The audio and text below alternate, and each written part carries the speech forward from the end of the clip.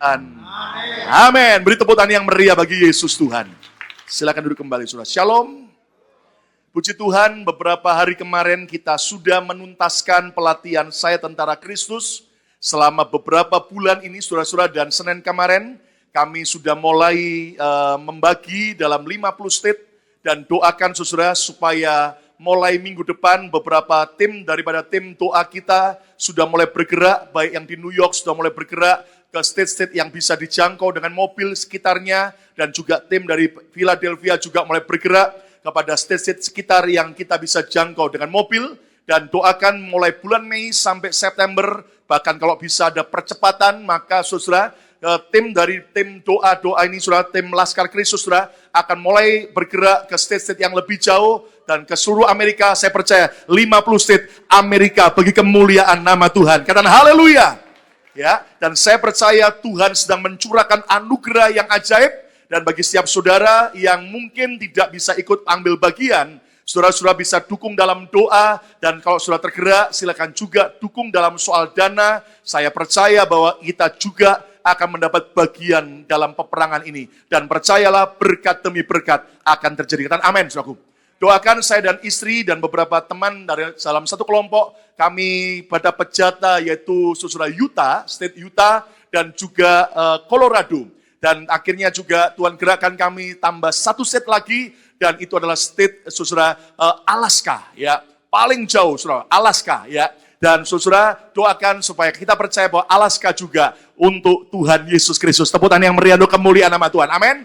Dan nanti saya akan sampaikan salam saudara kepada para penguin-penguin yang ada juga di Alaska, saudara. Dan kalau ada waktu setelah selesai doa peperangan, saudara, kita bisa doa memberkati kota dan kita juga bisa menjara. Saya punya rencana kalau memang ada waktu, saya akan mancing ikan salmon di sana, saudara. Ya, itu salah satu kerinduan saya. Saya percaya bahwa semua karena anugerah dan kebaikan Tuhan. Amin. Nah, saudara, juga kemurahan Tuhan beberapa hari kemarin akhirnya persembahan mobil Toyota Corolla yang dipersembahkan kepada gereja, akhirnya kita jual dengan harga baik, kita trade, kita tukar dengan minivan Toyota Sienna. Ya, saya percaya Sienna itu punya arti bagus. Ya, Sienna artinya saya ingin enak. Gitu. Amin, saudara.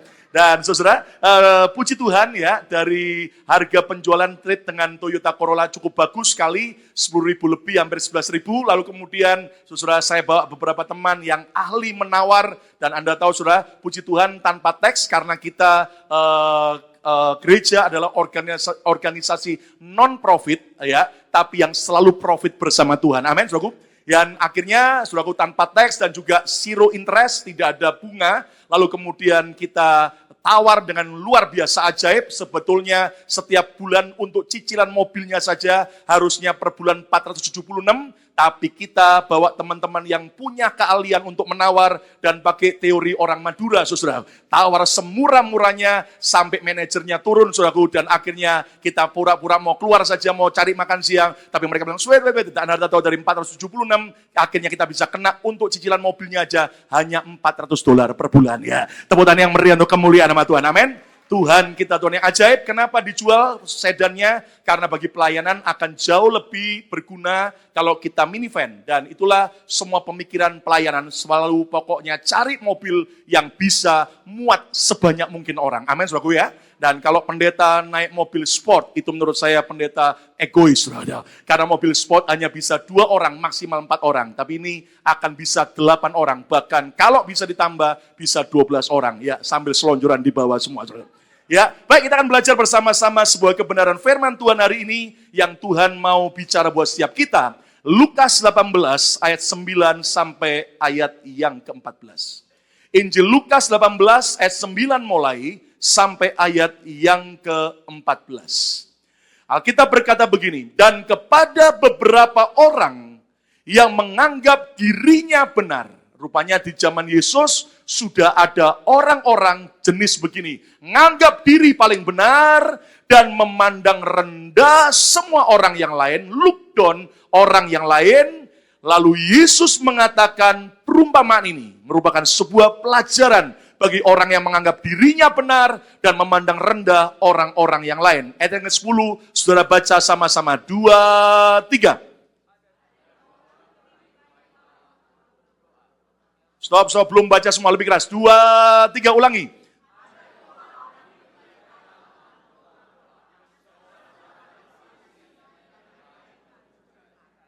Ayat 11 saya baca, orang Farisi itu berdiri dan berdoa dalam hatinya begini, di dalam ibadahnya, di dalam bait Allah. Ya Allah, aku mengucap syukur kepadamu, karena aku tidak sama seperti semua orang lain. Bukan perampok, bukan orang lalim, bukan bezina, dan bukan juga seperti pemungut cukai ini. Sambil berdoa, ibadah masih bisa tuding orang yang lain. Ayat yang ke-12, 2, 3.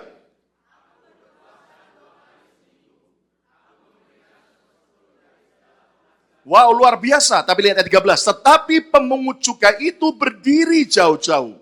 Bahkan ia tidak berani menengadah ke langit, melainkan ia memukul diri dan berkata, Ya Allah, kasihanilah aku, orang berdosa ini. Ayat 14, baca sama-sama. 2, 3. Aku berkata kepadamu, orang ini, saya mau tanya, orang ini yang dimaksud Yesus siapa? Halo? Orang Farisi atau pemungut cukai? Halo? Pemungut cukai. Ulang lagi ayat 14, 2, 3. Aku berkata kepadamu, apa? Orang ini, pemungut cukai, pulang ke rumahnya sebagai orang yang apa? Dibenarkan. Kata bersama saya, dibenarkan oleh Allah. Terus, dan orang lain itu, siapa orang lain itu?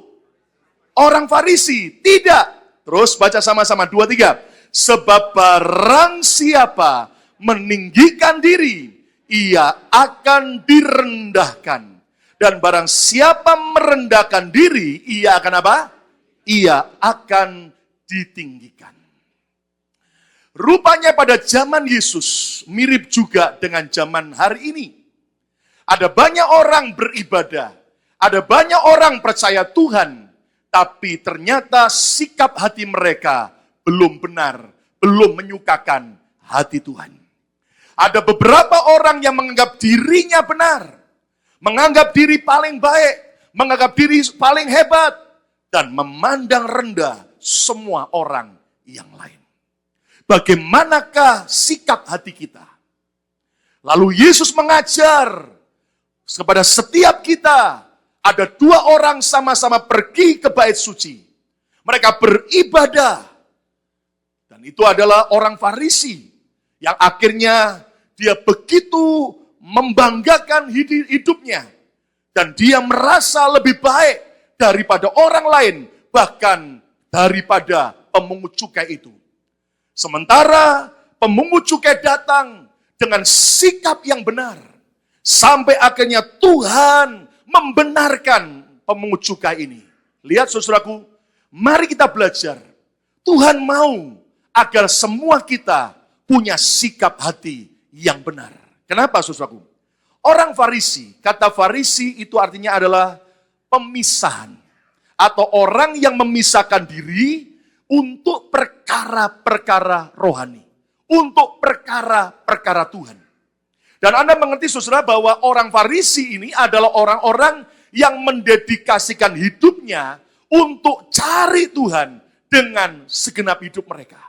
Mereka belajar Taurat, mereka belajar firman, bahkan titik dan komanya pun tidak boleh sampai mereka lupakan. Mereka belajar hafal banyak firman, itu sangat bagus. Tapi sikap hati mereka yang salah.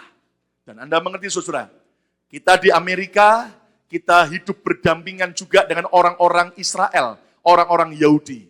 Dan kalau Anda mengerti, ada 2 golongan besar hari-hari ini orang Israel. Yang pertama yang modern, mereka yang tidak terlalu religius.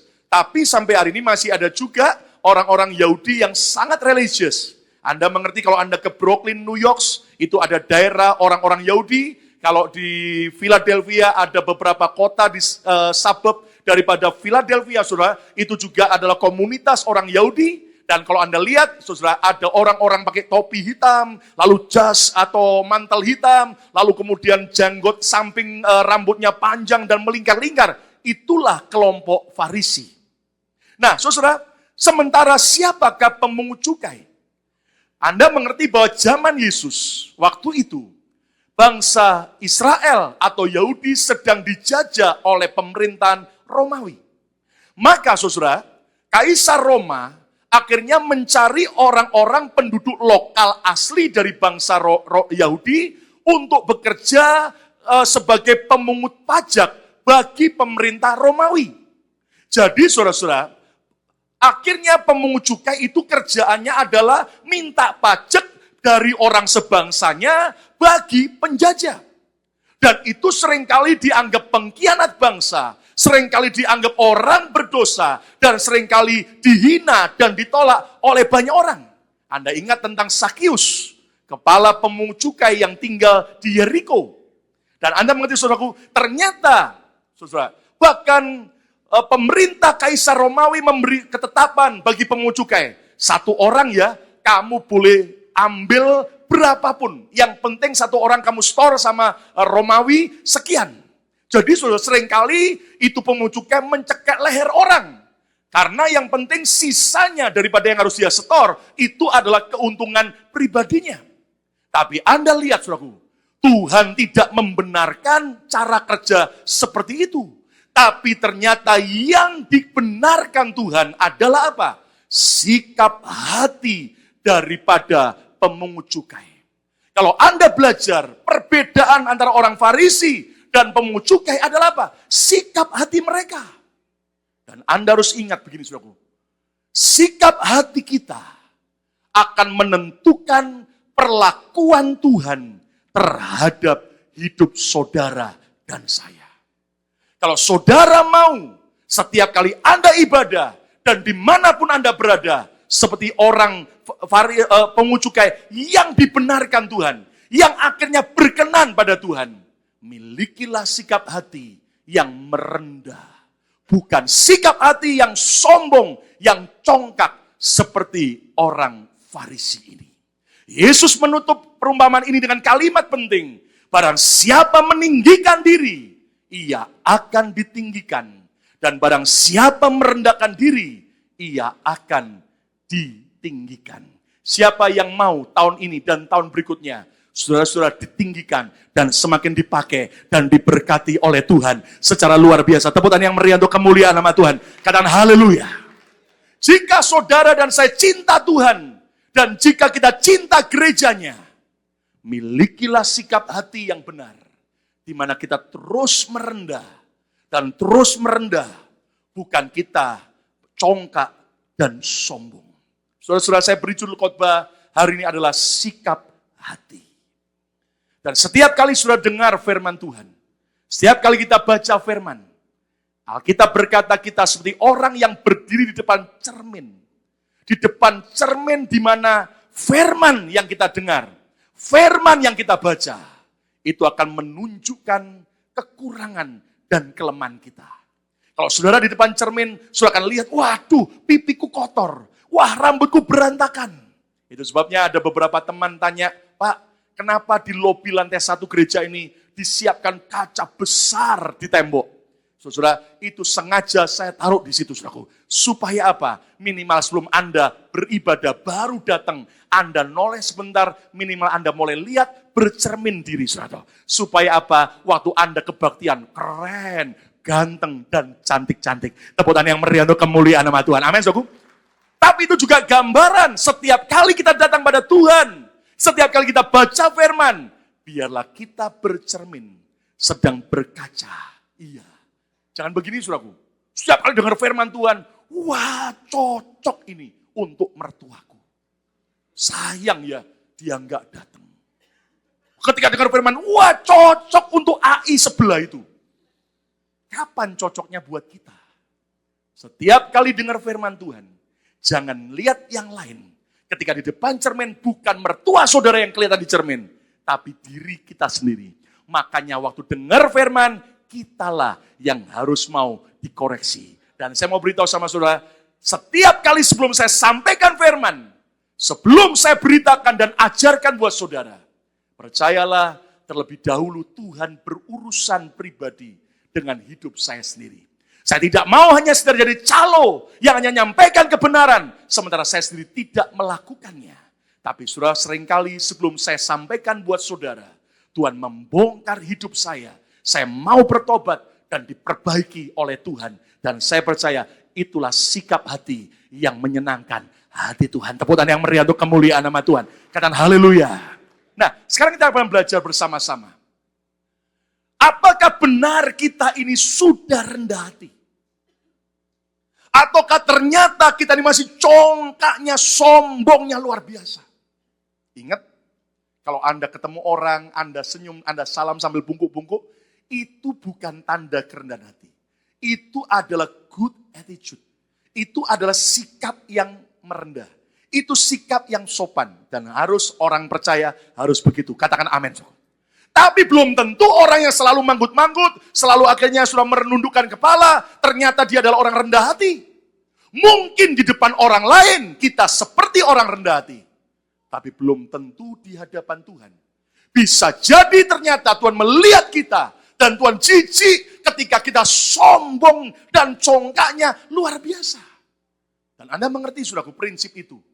Bahwa segala awal kejatuhan, itu adalah ketika kita merasa sombong. Dan mari kita belajar. Sudah, nggak usah lihat kanan kiri.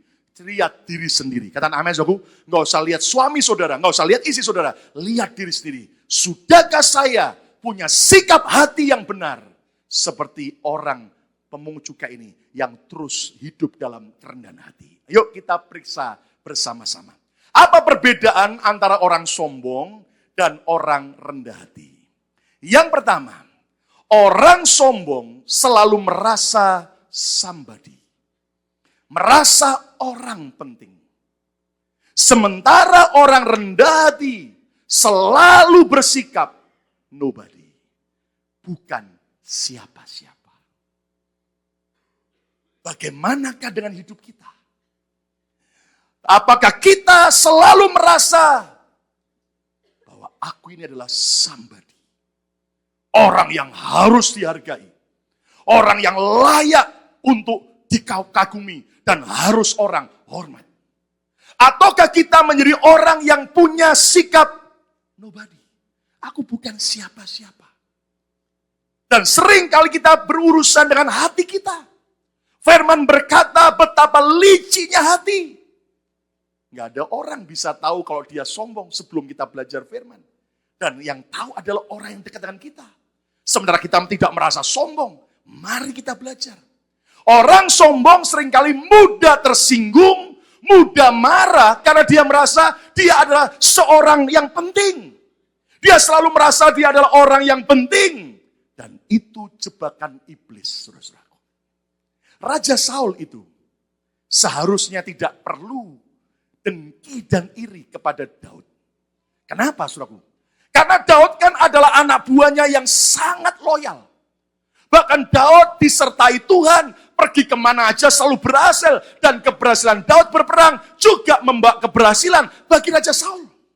Apalagi sampai akhirnya satu hari Daud jadi menantu Saul. Sudah keluarga sendiri. Tapi Anda tahu, persoalan muncul sebetulnya karena tadinya Saul itu adalah orang yang mindernya bukan main. Tapi Anda tahu dia menjadi orang yang sombong ketika dia merasa penting, dia merasa somebody. Ketika apa? Waktu ternyata saudara, para fans, para wanita-wanita dari Saul dan Daud, mereka nyanyi bersaut-sautan. Anda harus tahu bahwa setiap orang itu, setiap pemimpin punya fans masing-masing. Penggemar, pengagum masing-masing. Saya masih ingat beberapa saat yang lalu saya selalu beberapa kali rekaman lagu pujian. Ya kan? Dan CD-nya dibagikan gratis. Ya, beberapa orang tanya, kapan rekaman lagi Pak? Belum. Kalau Tuhan gerakkan. Tapi Anda tahu sudah ternyata feedbacknya adalah apa? Ternyata saya punya banyak pengagum. Daripada lagu-lagu rohani yang saya nyanyikan bagi CD gratis, pengagum saya adalah, fans saya adalah ternyata anak-anak kecil. Lumayan. Beberapa ibu-ibu berkata, Pak, anak saya nggak bisa tidur sebelum mendengar lagunya Pak Lukas nyanyikan. Rupanya suara saya mendayu-dayu, membuat orang bisa tidur nyenyak. Nah, Saul ini orang yang tua, jadi penggemarnya para wanita-wanita tua. Dan para wanita tua setelah Saul pulang perang, mereka nyanyi begini. Saul mengalahkan musuh beribu-ribu. Sementara akhirnya para rombongan wanita muda, para fansnya Daud teriak nyanyi saut-sautan. Tapi Daud mengalahkan musuh berlaksa-laksa. Hanya karena pujian seperti itu yang seharusnya tidak pernah mengganggu hati Saul.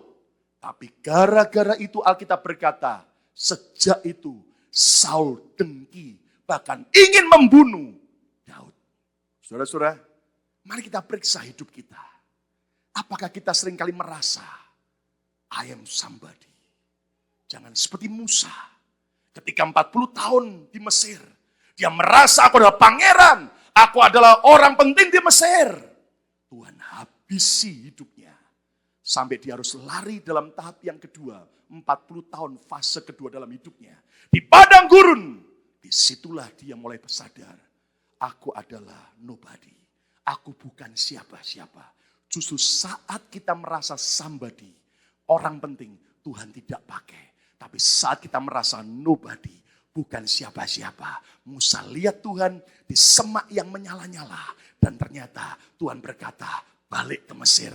Aku pakai hidupmu. Luar biasa. Tepuk tangan yang meriah untuk kemuliaan nama Tuhan. Apakah kita mudah tersinggung? Mudah marah? Menurut saya, saudara-saudara, orang ke gereja bukan berarti langsung kebal dengan rasa tersinggung. Saya ingat ada sebuah kesaksian begini. Ada seorang mahasiswi Vietnam pergi ke Amerika kuliah. Dan pada waktu mahasiswi wanita ini sudah mulai kuliah, ada masa perkenalan. Jadi akhirnya dosen berkata, kenalkan diri kalian, gantian maju ke depan. Lalu mahasiswi wanita Vietnam ini maju, dia mulai ngomong bahasa Inggris dengan dialek kental Vietnam. Anda tentu tahu kan? Ya jangan merasa hebat, kita orang Indonesia juga broken English. Kenapa kok broken English, Pak? Karena terlalu banyak makan broken rice. Ya kan? Kurang makan keju. Nah, waktu ini anak mahasiswi sedang ngomong dalam bahasa Inggris dengan dialek Vietnam. Semua teman-temannya sekalian ketawa mengejek dia. Menghina dia. Anda tahu, mukanya merah hijau.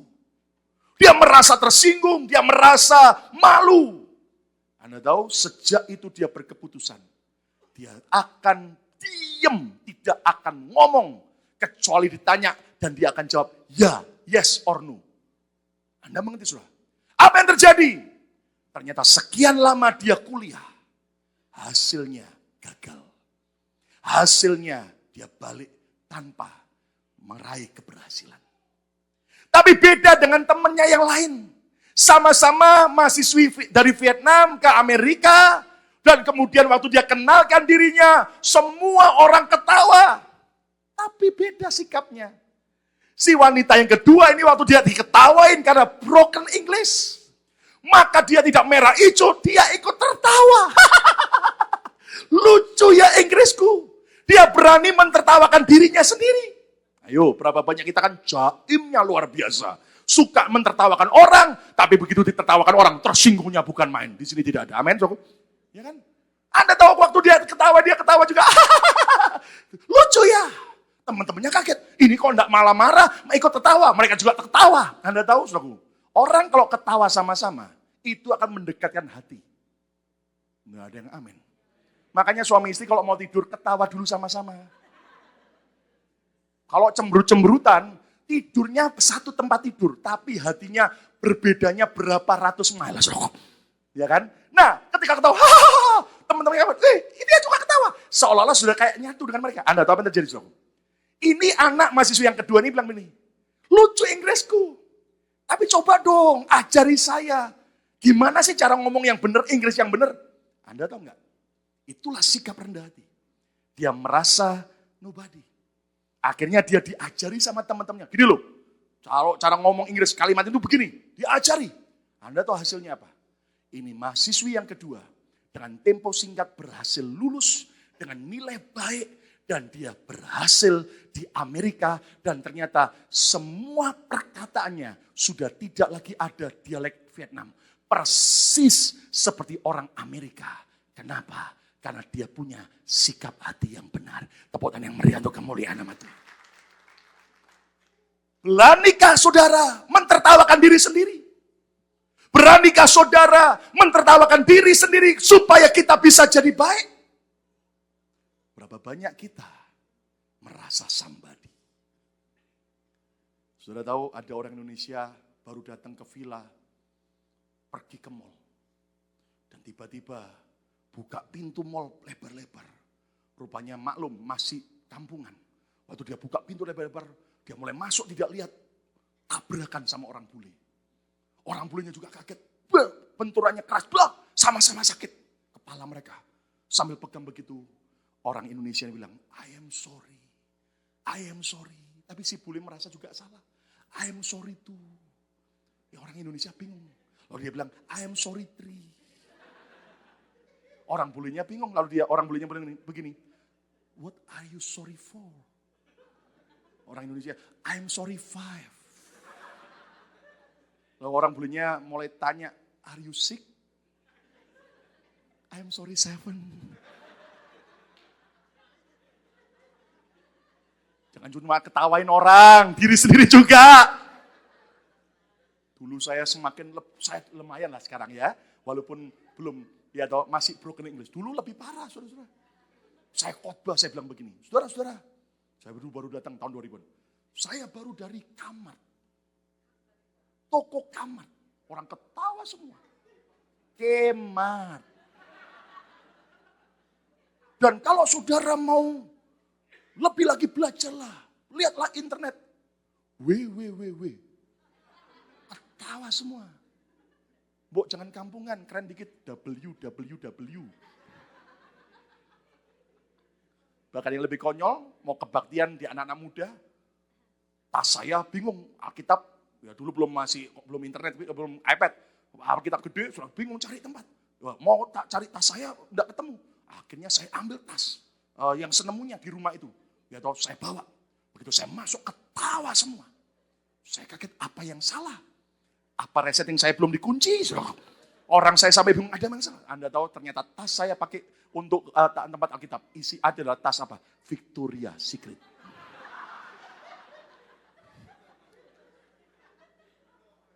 Tapi berani mentertawakan diri sendiri. Supaya akhirnya kita merasa nobody. Bahkan sampai Tuhan angkat apapun, jangan pernah merasa somebody. Tetap kita merasa nobody. Aku bukan siapa-siapa. Semua karena anugerah Tuhan. Tepuk tangan yang meriah untuk kemuliaan. Amin. Yang kedua, perbedaan orang sombong dan rendah hati adalah apa? Orang sombong selalu merasa hero, pahlawan, berjasa. Sementara orang rendah hati merasa zero, tidak berjasa. Selama kita menganggap bahwa aku bisa berhasil, ini karena jasaku. Perusahaanku bisa sukses karena jasaku. Gereja ini bisa maju karena jasaku. Itu Tuhan cemburu. Bukankah Yesus mengajarkan, jika kamu sudah melakukan sebuah tugas yang Tuhan perintahkan, biarlah kita selalu berkata, kami ini hanyalah hamba yang tidak berguna. Kami hanya mengerjakan apa yang harus kami kerjakan. Karena Tuhan kami yang memerintah. Tepuk tangan yang meriah untuk kemuliaan nama Tuhan. Jangan pernah kau merasa hero, pahlawan, berjasa. Biarlah kita selalu merasa zero. Kenapa, saudara? Karena begini, saudara pernah enggak main itu loh, papan jungkat-jungkit? Pernah? Itu bahasa Jepang kunonya bandulan. Pernah main itu papan? Oke? Gimana caranya supaya saudara duduk di sebuah sisi, terus bisa naik? Harus apa? Semakin ringan. Semakin engkau berat, tambah naik atau turun? Turun. Semakin engkau merendah dan semakin merengosongkan diri, semakin ringan, engkau merasa zero, lihat, semakin engkau naik ke atas. Itu sebabnya Yohanes Pembaptis, ketika dia ditanya sama orang-orang Farisi, siapakah engkau? Mesiaskah engkau? Bukan. Apakah engkau Elia? Bukan. Padahal Yesus mengakui Yohanes Pembaptis adalah roh Elia yang datang di akhir zaman. Apakah engkau adalah Musa atau nabi-nabi yang lain? Bukan. Siapa kamu? Yohanes Pembaptis berkata, aku hanya suara yang berseru-seru di padang gurun. Persiapkan jalan bagi Tuhan.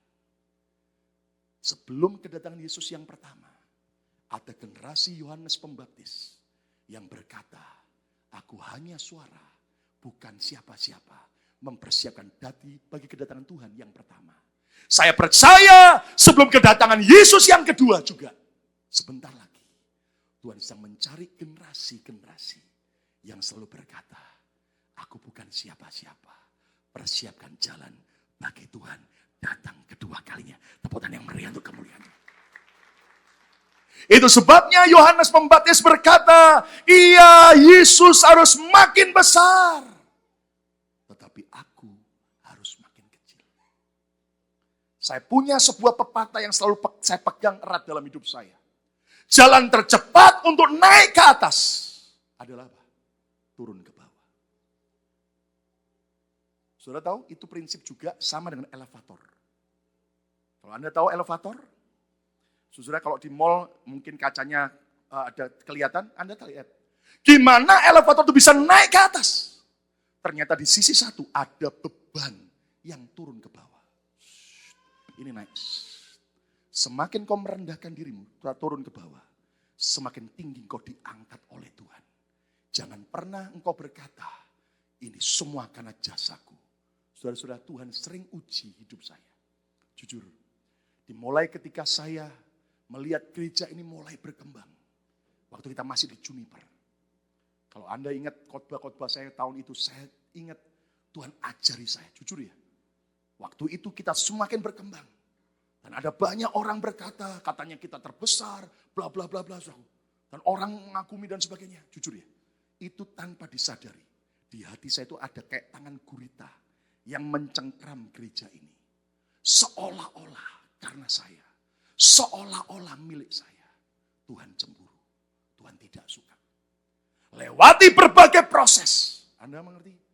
Tuhan berurusan supaya gurita itu, tangan gurita dipotong oleh Tuhan, jeblet.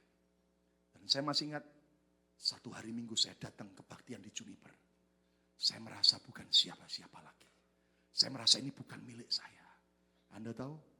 Tapi Tuhan uji, tidak lama kemudian gedung Juniper kebakar. Dan itu sebabnya Tuhan latih saya. Jujur sampai hari ini temuran Tuhan. Saya tetap mau jaga hati. Setiap kali saya masuk gedung ini, saya bukan merasa pemilik. Saya bukan merasa siapa-siapa. Saya bahkan merasa cuman tamu. Cuman hamba yang dipercaya untuk melayani saudara. Dan sikap hati seperti ini harus kita jaga. Jangan pernah kau merasa hero, pahlawan. Kalau orang tua selalu merasa hero bagi anak-anaknya, percayalah kau bisa dikecewakan. Tapi kalau kau selalu berkata, semua karena Tuhan, percaya anak-anakmu akan Tuhan buat sukses secara luar biasa. Tepuk tangan yang meriah untuk kemuliaan Tuhan. Amin. Yang ketiga, perbedaan orang sombong dan orang rendah itu apa? Orang sombong selalu selfish, egois, hanya cari keuntungan diri sendiri. Sementara orang rendah hati adalah selfless, orang yang tidak egois. Bagaimana orientasi hidup kita? Berapa banyak kita sangat egoisnya luar biasa. Ternyata itu adalah kesombongan yang kita tidak sadari. Seringkali kita seperti orang Farisi ini menganggap diri paling baik dan menuduh orang lain lebih jelek daripada kita. Dan itu persoalan, saudaraku. Izinkan Tuhan membongkar hati kita dari semua sifat ego kita. Dari semua sifat, saudaraku, akhirnya suka menghakimi orang lain. Karena kita merasa selfish. Saudara-saudara, seringkali kalau ada masalah, kita selalu membenarkan diri.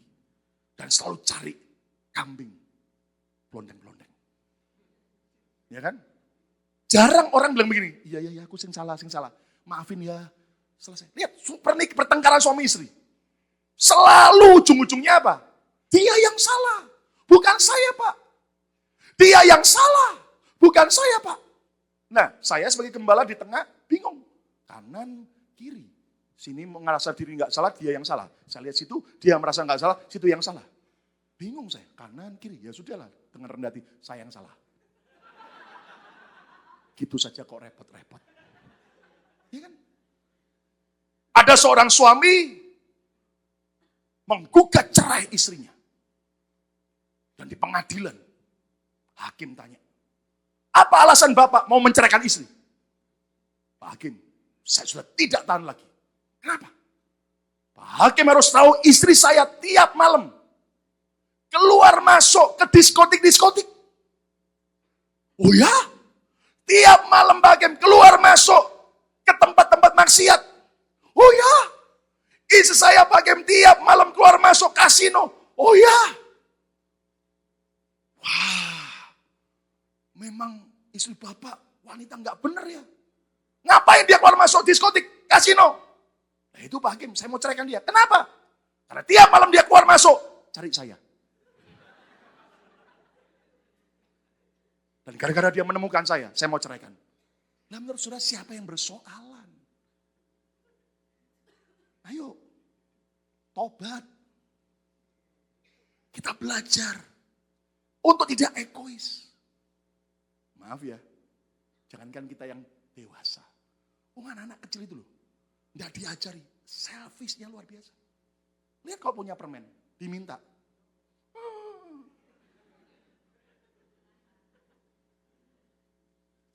Tapi kalau orang belajar selfless, tidak egois lagi.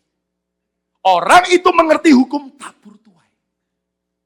Karena kalau sudah nabur yang baik, pasti nuai yang baik. Tepuk tangan yang meriah untuk kemuliaan Tuhan. Saya cerita ya, nggak ada maksud apa-apa loh ya. Cerita baik-baik ini. Jujur, kita ini kan seringkali Tuhan gerakkan beberapa saat bagi iPad. Mini iPad waktu ulang tahun gereja. Ya kan, mungkin kita bagi mini iPad, orang luar macem-macem aja ya suaranya. Dulu enggak bagi mini iPad, katanya gereja cuma cari duit. Bagi mini iPad, gereja kebanyakan duit. Ya minin aja. Ya, jujur saya ini kan akhirnya punya iPad. Lalu iPad saya yang lama, iPad One, nggak ada kameranya. Dan sekarang turun ke Betani. Istri saya itu belum punya iPad, mini iPad belum punya. Jadi seringkali kalau saya pelayanan ke Indonesia, seringkali telepon, tapi jarang bisa lihat. Karena harus FaceTime. Kecuali akhirnya kita pakai program yang lain, bayar, lihat-lihatan. Tapi seringkali kesulitan. Ya. Lalu kemudian bisa saja saya belikan. Tapi saya bilang enggak usah beli. Tapi secara manusia jujur dia juga berharap kok. Waktu door prize supaya apa? Menang. Apa yang terjadi? Saya bilang enggak apa-apa lah. Orang lain yang menang, kita nabur iPad. Saudara, Tuhan itu tidak pernah ingkar janji. Nabur nuai. Nah kemarin sore itu ada acara baku dapa. Anda tahu arti baku dapa? Baku ketemu. Saling ketemu, ya teman-teman kita, orang-orang Manado, mereka kumpul untuk buat kebaktian, doa, dan juga kumpulkan dana untuk acara nyumbang, yaitu bencana yang lalu di Manado, Januari awal. Nah saya diundang, beberapa teman diminta untuk bantu. Saya bilang, rilis, silakan bantu. Senang saya. Apa yang terjadi? Saya rupanya habis khotbah di EGI, Aero Generation Youth kita. Lalu kemudian saya lari sebentar ke sana. Sementara lagi ada pertemuan kelompok, saya lari ke sana dengan teman diantar, didampingi. Lalu kemudian sampai sana sudah saya tahu saya terlambat. Sudah khotbah. Saya dengerin khotbah. Bagus. Selesai, kemudian doa persembahan. Nah rupanya yang pendeta yang diharuskan dicatat untuk doa, nggak datang. Ya. Terpaksa saya yang ditodong. Padahal di belakang saya ada pendeta yang lain, tapi bukan saya, bukan dia, saya karena lebih gede badannya. Ya udah, saya maju. Saya berdoa begini, Tuhan, biar kami mau punya hati menabur, hukum tabur tuai. Menolong saudara kami yang di Indonesia, yang di Manado, para keluarga korban, untuk mereka Tuhan bisa kami berbagi kasih. Nah, Anda tahu, hari itu rupanya ada door prize. Nah, acara door prize, jadi ketika saya masuk, ada penerima tamunya, saya masukin ada tempat, saya masukin uang.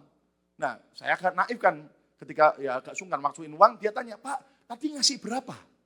Wah, saya enggak enak itu. Padahal ya lumayan, tapi kemudian saya jawab sekian. Oh Pak, per $5 itu dapat 1 kupon. Jadi awalnya saya mau dikasih 1, ditambah lagi sekian renter. Ya udah, saya pegang, thank you, saya bilang. Masuk. Nah, rupanya selesai waktu doa persembahan, kami mau beri yang terbaik Tuhan. Amin. Gitu. Kemudian saya duduk. Saya yang doa persembahan ya harus memberi teladan. Tuhan berapa Tuhan? Kasih sekian. Waduh, lumayan besar. Lebih gede daripada yang tadi pertama. Udah, tabur aja. Ya kan? Selesai, saya lihat udah jam. Nah, saya harus balik ke gereja cepat karena ada rapat. Kemudian saya titip kupon-kupon saya kepada seorang teman. Saya balik ke gereja rapat. Rupanya malamnya waktu Betani balik diantar pulang. Dia bawa mini iPad. Saya tanya, menang. Loh, tiketnya siapa? Tiketnya Pak Lukas. Karena cuma 1 door prize, beberapa, tapi yang paling top adalah mini iPad. Dapat. Betani bilang, punya Betani. Bukan, saya ambil punya Mama. Tepuk tangan yang meriah untuk kemuliaan Tuhan. Amin. Jadi mari kita belajar, sebelum engkau diberkati, belajarlah memberkati orang lain dulu. Dan hidup saudara, percayalah, tak akan pernah ditinggalkan Tuhan. Tak akan pernah sia-sia. Tepuk tangan yang meriah untuk kemuliaan Tuhan. Amin. Haleluya. Ya kan? Akhirnya istri saya bahagia juga. Dapat mini iPad. Dan saya bilang, nanti kalau kita pelayanan, saya keluar negeri, kita akan hampir tiap hari pandang-pandangan. Ya. Ku pandang wajahmu. Gitu. Yang keempat, apa perbedaan orang sombong dan orang rendah hati? Yang keempat, orang sombong adalah orang yang independen. Merasa bisa tanpa bergantung kepada Tuhan. Sementara orang rendah hati adalah orang yang dependent. Orang yang selalu bergantung kepada Tuhan. Orang yang selalu berharap kepada Tuhan. Dan merasa tidak mampu tanpa Tuhan. Ayo, bagaimana dengan hidup kita? Maaf ya, berapa banyak kita merasa pinter, merasa lulusan Amerika, merasa hebat, merasa sudah banyak kaya, kekayaannya. Lalu kita merasa nggak perlu Tuhan lagi. Jujur ya, nanti kalau sekejepit, kepentok, gepeng, baru ingat Tuhan. Nah, karena Tuhan tidak kelihatan, yang kelihatan pendeta. Jam 1, jam 2 pagi pun telepon Pak Lukas. Maka pendeta harus bangun. Ada apa? Itu apa? Doa. Amin. Amin. Saya bilang, tidur ya. Tidur. Tapi begitu longgar lagi, lupa lagi. Sudah nggak usah lihat orang lain. Apakah kita selalu bergantung pada Tuhan? Ingat loh, Tuhan itu cemburuan. Tuhan cemburuan. Kalau engkau merasa bisa, tambah habis. Tapi semakin kau merasa, aku nggak bisa tanpa Tuhan. Engkau lihat, tangan Tuhan yang ajaib akan menyertai saudara. Dan buat engkau berhasil. Tepuk tangan yang meriah untuk kemuliaan Tuhan. Ada seorang hamba Tuhan pernah cerita sama saya begini. Hamba Tuhan ini mimpi. Jelas sekali dia bilang. Dia tuh mimpi di sebuah jalan yang lebar. Lalu ada garisnya kayak garis start. Jadi dia lihat beberapa pendeta. Selain dia ada beberapa pendeta kanan kirinya. Lalu kemudian sementara itu dia lihat. Loh, lah kok cuma naik sepeda Tuhan. Anda tahu sepeda ontel. Dia naik sepeda ontel. Sementara dia lihat sebelahnya seorang pendeta yang dia kenal naik dikasih mobil BMW. Sebelahnya lagi mobil Toyota. Sebelahnya lagi ada pendeta naik mobil Mercy. Wah, dia merasa gini, Tuhan. Lah yang lain mobil semua, saya cuma sepeda ontel. Anda tahu sepeda ontel, sepeda GL, goyang langsung. Ya kan? Sementara yang lain mobil-mobil semua. Tuhan ngomong, belajar rendah hati. Ya Tuhan. Waktu malaikat di mimpi itu mulai kasih apa-apa. Start. Wih, saudaraku. Itu temennya yang naik BMW, pendeta yang lain. Dada sama dia, sambil matanya ngejek, ngolok karena dia cuma naik sepeda. Cepet. Nah dia naik sepeda, ya udah dengan sekuat tenaga, ya toh, Anda kan tahu sudah, mulai naik sepeda. Nah rupanya jalannya itu menuju ke sebuah gunung yang tinggi. Jadi tambah lama tambah tinggi. Tapi rupanya begitu di satu titik, itu kan jalan lebar, lama-lama tiap pendeta itu punya jalurnya sendiri, jalan sendiri.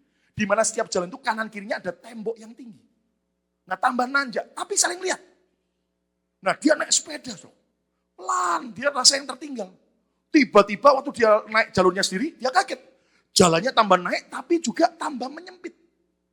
Nah waktu satu titik dia lihat kepada temannya tadi, pendeta lain yang naik BMW. Dia lihat kaget. Anda tahu nggak? Temennya ngapain?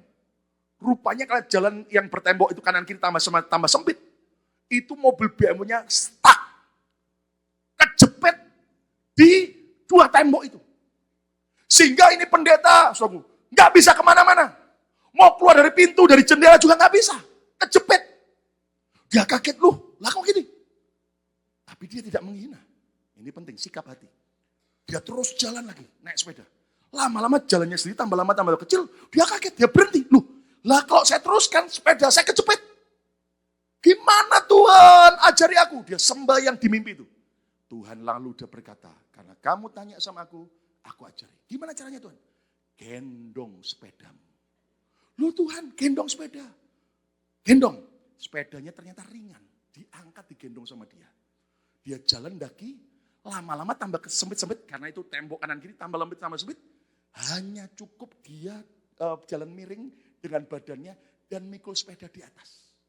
Dan begitu dia terus begitu, sampailah dia di puncak. Sementara dia lihat temannya tadi di tengah jalan, kejepit, nggak bisa buat apa-apa. Lalu dia tanya Tuhan, apa artinya?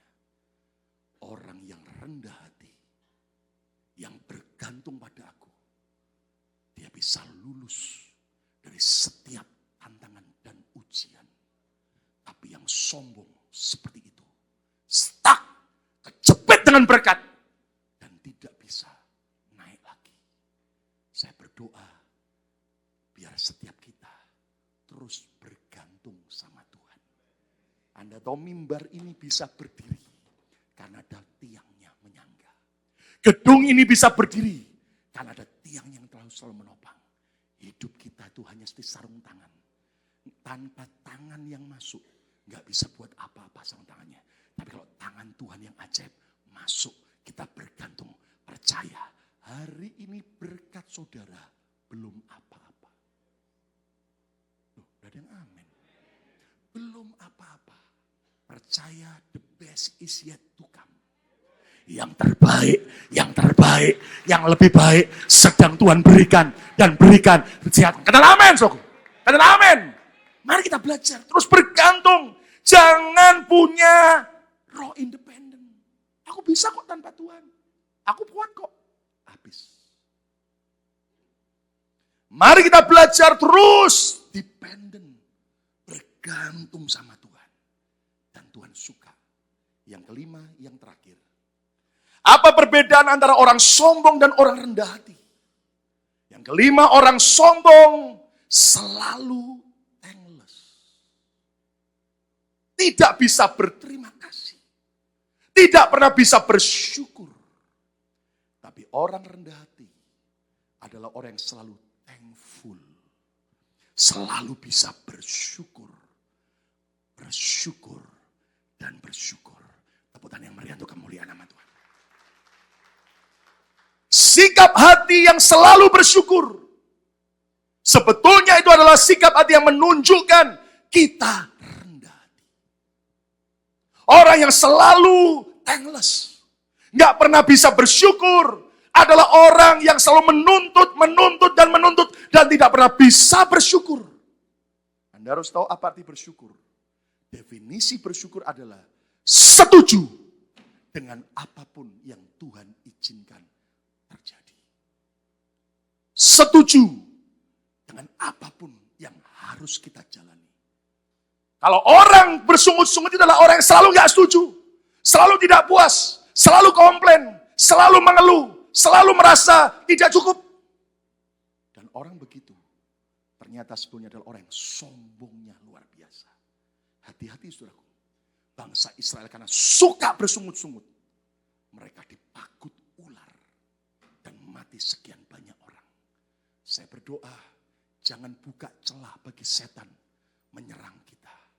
Ayo, para istri-istri, pernahkah engkau berterima kasih, bersyukur saat suami pulang dari kerja di akhir minggu, lalu bawa uang gaji? Kok diam semua? Halo? Atau sebelah gini, para istri. Goblok. Masa segini aja enggak cukup? Bayaran begini enggak naik-naik. Ganteng sih ganteng, tapi on. Mending pacarku yang dulu Tono.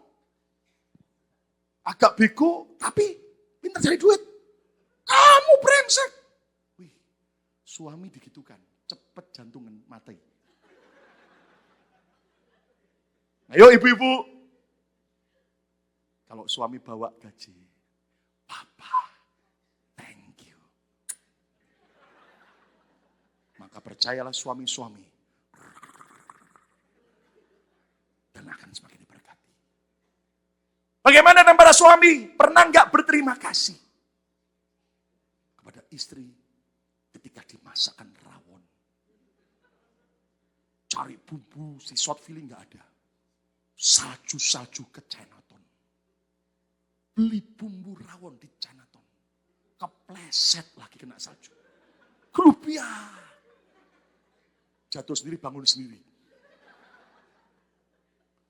Lalu di Chinatown cari, naik subway. Kejar-kejar sama orang mau ngerampok. Sampai Chinatown beli bumbu, sampai rumah, masain. Suami pulang kerja. Ini rawon kok terlalu asin. Kamu suka suamimu terus darah tinggian. Terus kena stroke mati, terus kamu kawin sama Anton. Percayalah istri. Dan besok dimasakkan rawon campur racun tikus. No. Jangan memberi ide loh ya. Saudara. Mari kita belajar bisa selalu jadi pribadi yang thankful, bersyukur. Dan percaya ya, orang bisa bersyukur dalam segala hal.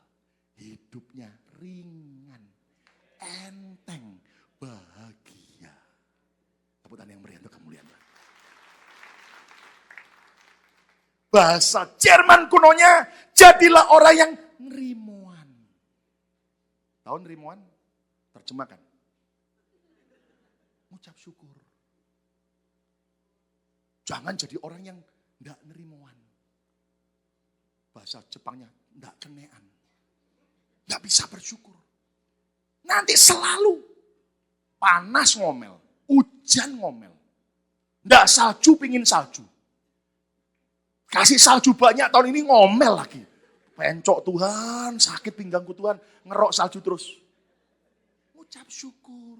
Minimal kerasa di Amerika. Amin, bukan di Pecenongan. Makanya belajar. Jadi pribadi yang suka bersyukur. Dan lihat hidup kita semakin diberkati. Tepuk tangan yang meriah untuk kemuliaan nama Tuhan. Amin. Ingat bahwa sikap hati kita akan menentukan sikap Tuhan terhadap kita. Apa perbedaan orang sombong dan orang rendah hati? Orang sombong selalu merasa somebody, orang penting. Rendah hati, nobody, bukan siapa-siapa. Orang sombong merasa hero, berjasa. Tapi orang rendah hati, zero, merasa tidak berjasa. Orang sombong selfish, egonya luar biasa. Tapi orang rendah hati selfless, tidak egois. Orang sombong adalah orang yang independen, selalu merasa bisa tanpa Tuhan. Tapi orang dependen adalah orang yang rendah hati, karena dia selalu bergantung pada Tuhan. Orang yang sombong adalah orang yang thankless, tidak pernah bersyukur, tidak pernah berterima kasih. Tapi orang yang rendah hati, orang yang thankful, penuh dengan ucapan syukur. Siapa mau jadi orang yang rendah hati? Dan engkau pulang akan dibenarkan Tuhan. Setiap hari hidupmu berkenan. Tepuk tangan yang meriah untuk kemuliaan nama Tuhan. Amin, saudaraku. Ayo berdiri bersama-sama. Mari datang pada Tuhan. Saudara tahu, di depan kita ada replika daripada tabut perjanjian. Ini adalah gambaran hadirat Tuhan. Dan hadirat Tuhan datang. Anda tahu kenapa? Karena dua serafim ini terus menyembah, tersungkur, meredakan diri. Anda ingat 24 tua-tua di sekitar tahta Tuhan di surga. Mereka dikasih mahkota dan tahta, tapi selalu tersungkur, lempar mahkotanya. Hanya orang yang rendah hati, dia dekat dengan Tuhan. Dan Tuhan dekat dengan orang yang rendah hati. Siapa mau disertai Tuhan di Amerika ini dan mau berhasil, jadilah orang rendah hati. Amin, saudara. Mari siapa mau hidup dalam kerendahan hati, angkatlah tangan.